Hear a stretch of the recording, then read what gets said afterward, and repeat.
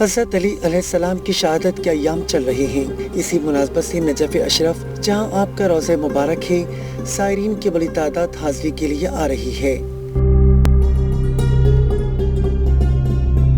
Najaf سے تقریباً 5 میل دور یا 10 منٹ کی مسافت پر کوفہ ہے، جہاں آپ کا گھر اور مسجد کوفہ ہے۔ امام نے اپنے دور خلافت میں کوفے کو اپنا دارالخلافہ بنایا۔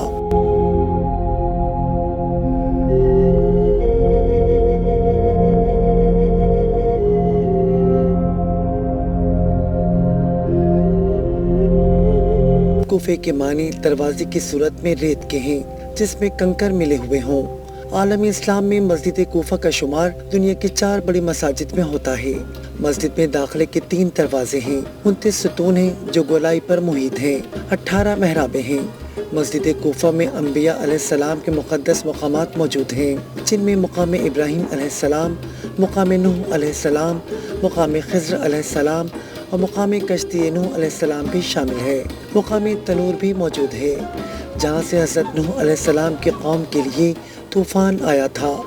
مسجد کوفہ وہی مسجد ہے جہاں ابن ملجم نامی شخص نے 19 رمضان کی صبح آپ علیہ السلام کے سر مبارک پر ضرب لگائی اور 21 رمضان المبارک کو آپ علیہ السلام نے شہادت کا جام نوش کیا۔ مقام ضربت پر زری بنائی گئی ہے جو سونے اور چاندی کی ہے۔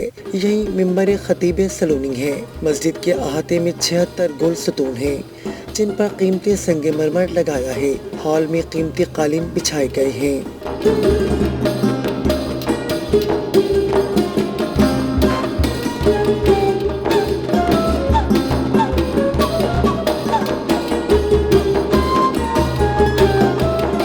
مسجد کوفہ سے متصل خانہ امیر المومنین علیہ السلام یعنی وہ گھر ہے جہاں دوران خلافت آپ علیہ السلام نے قیام کیا۔ کوفے میں آج بھی آپ کا یہ ایک کچا پکا لیکن عظیم مکان ہے۔ گھر میں داخلے پر ہی سامنے ایک صحن ہے جس میں کھجور کے درخت لگے ہیں۔ 2-4 سیڑھیاں چڑھ کر گھر کے اندر داخل ہوں تو پکی اینٹوں کا سادہ سا گھر دور علی علیہ السلام کی یادیں تازہ کرتا ہے۔ امام حسن علیہ السلام اور امام حسین علیہ السلام کے کمرے ہیں اور مکتب ہے۔ سامنے کی جانب عقیلہ بنی ہاشم حضرت زینب کبریٰ سلام اللہ علیہا کا کمرہ ہے، ساتھ ہی حضرت عباس علیہ السلام کا کمرہ ہے۔ یہ وہ مقام ہے جہاں امام علی علیہ السلام کو بعد از شہادت غسل دیا گیا۔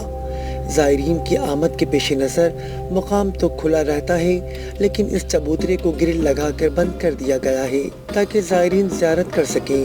اس گھر میں آج تک ایک کنواں موجود ہے جس کے پانی سے آج تک زائرین سیراب ہو رہے ہیں۔